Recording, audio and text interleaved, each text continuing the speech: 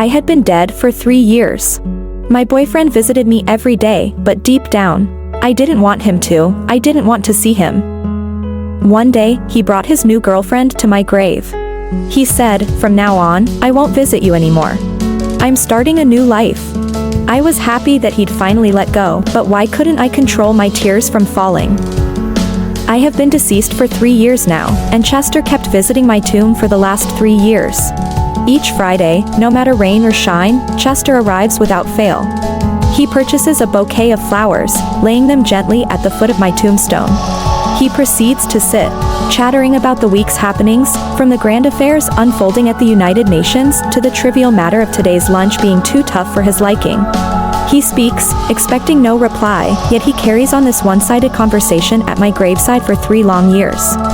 The neighbors around me envy such devotion.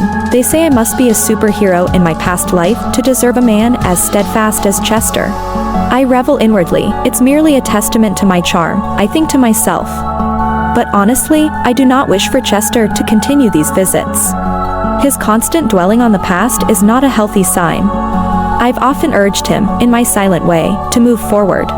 But when the day arrives that he might actually heed my unspoken advice, I find myself unable to hold back the welling of tears in my eyes. The graveyard at night bustles with activity.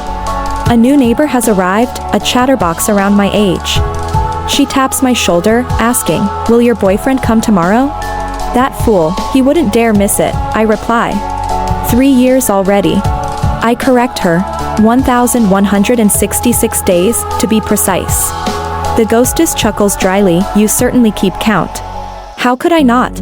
Each day and night is etched in my heart. Friday dawns gray, with morning rain. With umbrella in hand, Chester arrives as promised. His expression obscured, cradling an enormous bouquet of roses. The ghost escapes, misreported. They said just one bunch. Chester draws closer, and I notice he's grown even more handsome. He was always a heartbreaker in school, the years have only amplified his allure. He places the flowers down, looking up with a smile, "Chilly today, Machi. Happy 5th anniversary."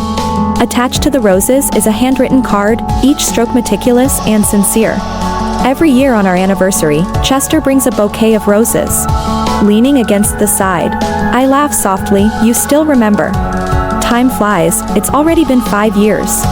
Chester sits beside me, his voice warm and soothing, "Machi, guess who I bumped into on my way here?" I pout, how am I supposed to know with such a vague hint? Chester takes his time. Let's narrow it down, a classmate. Chester and I attended the same schools from primary to university. I sneer, that doesn't narrow it down at all. In our conversations, Chester often leaves clues like breadcrumbs, even though he never hears a response, always giving me time to ponder. On cue, he continues, "Maxwell, the one who pulled your hair in high school. Remember him?" His mention jogs my memory. In high school, not in the same class as Chester, I was known for being sensitive. My backseat was a chubby boy who delighted in pulling my hair to see me cry. Chester, then a renowned top student, could make girls scream just by being mentioned. But he wasn't as gentle then, equally infamous for his temper. After Maxwell bullied me to the point where I broke down in tears, Chester burst through the door as soon as he heard about it. Turning, my tear-filled eyes met his stern gaze. He glared impatiently before dragging Maxwell over to me, demanding, "Apologize." Maxwell, who dared bully me, cowered before Chester, apologizing profusely. Unrelenting, Chester warned, "Touch her again, and I'll set your hair on fire." Silence fell in the classroom. Maxwell, truly frightened, nodded vigorously.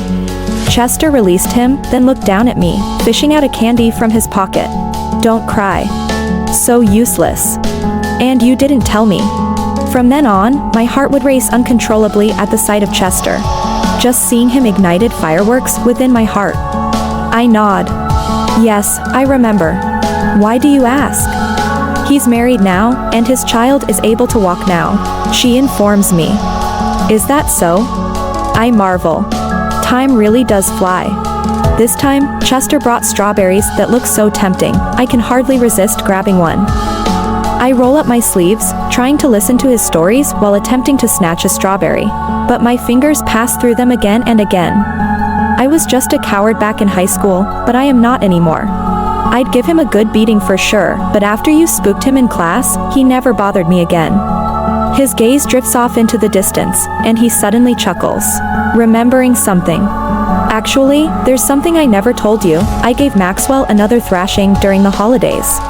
Oh, you're so wicked, I tease, pretending to reach out and scare him. But then he says, Maxwell insisted on introducing a girl to me. My hands freeze midair. I stay stiff for 2 seconds, the mood suddenly dampened. I sit down beside him. Well, why don't you just accept? You're not young anymore. I told him I already have a girlfriend, gentle, obedient, and she loves me. Chester strokes the ring on his finger tenderly. And I love her alone. Machi, his eyes lower, I want to have a child with you too. Listening to this, my heart aches and frustration sets in. How foolish, making this longing feel longer than the time we had together.